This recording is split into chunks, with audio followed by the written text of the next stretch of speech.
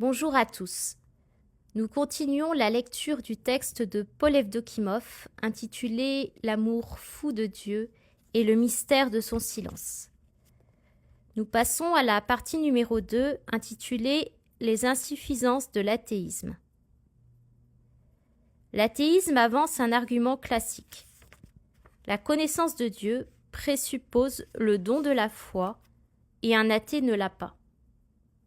Or, la parole de l'Évangile, la lumière du Christ illumine tout homme venant en ce monde, répond à cette objection et signifie que le simple refus de conférer à la raison le pouvoir exclusif de toute connaissance opère une ouverture de l'esprit humain, capable au moins de pressentir le mystère du tout autre. Selon Pascal, la rupture de l'équilibre vient de deux excès. Exclure la raison, n'admettre que la raison.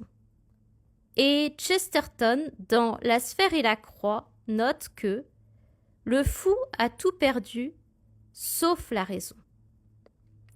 Si on garde la seule raison et si on refuse l'intuition, l'imagination et le surconscient contemplatif, la négation de Dieu se place uniquement sur le plan objectivé des concepts. Une pareille abstraction cérébrale n'atteint jamais la sphère du transcendant, l'être vivant de Dieu. Elle ne nie tout au plus qu'une doctrine théologique, qu'un système philosophique, qu'un concept, ce qui est sans aucun intérêt, puisque en deçà du mystère divin. L'athéisme, de fait, invertébré mais pratique, n'a aucun contenu métaphysique propre, aucune explication constructive suffisante de l'existence. C'est pourquoi l'athéisme académique ne se situe plus au terme de la réflexion, mais à son départ, comme une affirmation gratuite. La contestation philosophique n'intervient qu'à posteriori, pour justifier les positions, invoquer un alibi. Dans cette ambiance, l'antique inquiétude devant la mort ne dit plus rien à l'homme, plus soucieux des questions politiques et économiques. Prenant écrit. Il m'est arrivé bien des fois d'être en imminent danger de mort, et jamais je n'ai songé un seul instant à l'immortalité de l'âme. Affaire de tempérament, mais qui reflète aussi une mentalité sécularisée à l'extrême. Ainsi simplifiée, allégée de toute investigation métaphysique en pénétrant les masses, l'athéisme scientiste s'efforce de rendre compte du monde sans faire intervenir les dieux. En déchiffrant les secrets de la nature, l'homme ne prouve nullement que Dieu n'existe pas, il cesse d'éprouver le besoin de Dieu. Une certaine difficulté vient de l'éthique. C'est le problème du fondement moral et de ses impératifs. C'est aussi, en suivant la psychologie des profondeurs, la résistance du subconscient à tout ordre de la volonté, ce que saint Paul a formulé à sa manière « Je veux faire le bien et je fais le mal ». Selon Simmel, le moralisme légaliste de Kant, l'échec de son éthique autonome conditionne l'amoralisme de Nietzsche. L'amertume profonde des dernières œuvres de Freud témoigne de l'écroulement de son utopie humaniste. Dans sa critique de la raison dialectique, Sartre avoue « Je n'aboutis à rien, ma pensée ne me permet pas de construire quelque chose. » Après l'échec sur le plan subjectif, le problème moral se déplace vers une formule sociale. La thèse de Feuerbach, Homo homini deus est, veut dire « Si l'homme n'est qu'un individu, l'ensemble humain est divin. » De même, Pour Francis Ginson, l'homme n'est rien. L'ensemble peut tout. Mais si l'individu est un zéro, la somme des individus peut-elle s'avérer divine? Ne serait-elle pas plutôt un zéro majuscule? Le cercle fermé de la condition humaine n'est dépassé que par la conception nettement mystique du marxisme, par sa religion substitutive de la non-religiosité. Selon sa doctrine, l'athéisme militant n'appartient qu'à la phase préliminaire de la lutte. Par contre, le socialisme intégral n'aura plus besoin de la négation de Dieu. Il se situera au-delà de l'antithéisme. Il supprimera les conditions mêmes qui ont permis l'accès à cet état de plénitude et, avec elles, tout retour dialectique en arrière et donc toute vérification possible de son propre fondement. Tout comme Dieu, l'homme absolu ne pourra plus poser de questions sur sa propre réalité. Ainsi, la négation de Dieu dans le marxisme est utilitaire pour un moment donné, afin de former la conscience révolutionnaire des prolétaires et, par conséquent, à aucun autre moment, cette négation n'est valable en elle-même.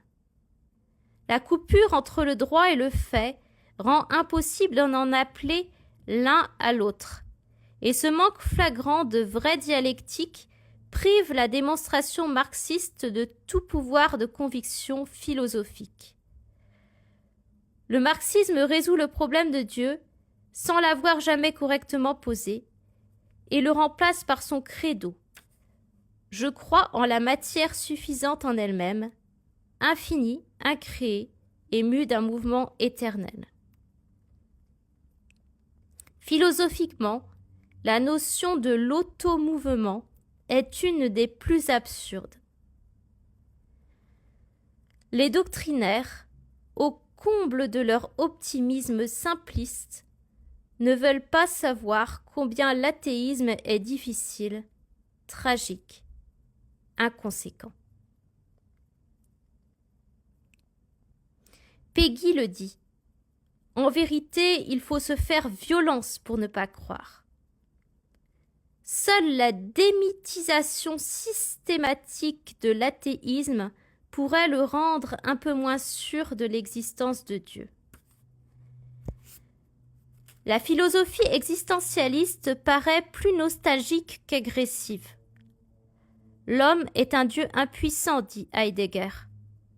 Le rigorisme kantien sartrisé intervertit avec le même insuccès l'argument ontologique. Dieu contredit l'absolu de l'exigence éthique, donc Dieu ne doit pas exister. Tout athéisme qui n'obéit pas à sa propre loi immanente, à l'absence de certitude absolue, faute de l'absolu justement nié, devient une négation illicite. Pour parer à cette défaillance, il construit son propre mythe. Sa logique interne le fait passer à l'antithéisme militant qui dénote un état passionnel nettement pathologique. La Bible offre une vision lucide qui démontre que ce n'est point la religion qui opère l'aliénation de l'esprit humain, mais l'athéisme. Ne pas croire, selon l'étymologie du terme hébraïque, ce n'est pas dire Amen à Dieu, c'est refuser son existence. Nous avons ici un diagnostic médical. L'insensé dit en son cœur « Il n'y a point de Dieu ». L'athéisme, cette folie d'un petit nombre, disait saint Augustin. Depuis, il s'impose par sa massive quantité. Si, pour les psychologues, la folie est la perte de la fonction du réel, l'athéisme est nettement la perte de la fonction du réel transcendant. Selon saint Jacques, les démons croient et tremblent. Tremblent Donc, selon saint Jacques, les démons croient et tremblent. Donc, c'est dans Jacques 2, 19. Tremblent car ils croient s'opposer à Dieu, mais à un objet de leur imagination. Je vais répéter, excusez-moi. Selon saint Jacques, les démons croient et tremblent. Donc, ça vient de Jacques 2, 19. Tremblent car ils croient s'opposer à Dieu. Ce n'est pas à Dieu qu'ils s'opposent en réalité, mais à un objet de leur imagination. Dieu ne saurait jamais être connu ainsi comme un ennemi ou un adversaire. Selon la prière de Manassé, Dieu a fermé l'abîme des démons. Ceux-ci se trouvent enfermés dans l'absence de Dieu. L'homme peut s'enfermer lui-même dans la même absence du transcendant, et la vacuité tragique de son cœur l'enfonce dans sa négation de Dieu, de plus en plus violente et insensée.